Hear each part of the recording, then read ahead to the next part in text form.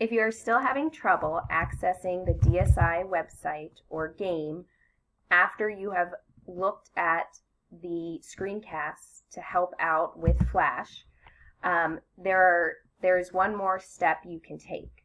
When you go to the website, unfortunately, I am not able to show it to you because I have already gotten my Flash.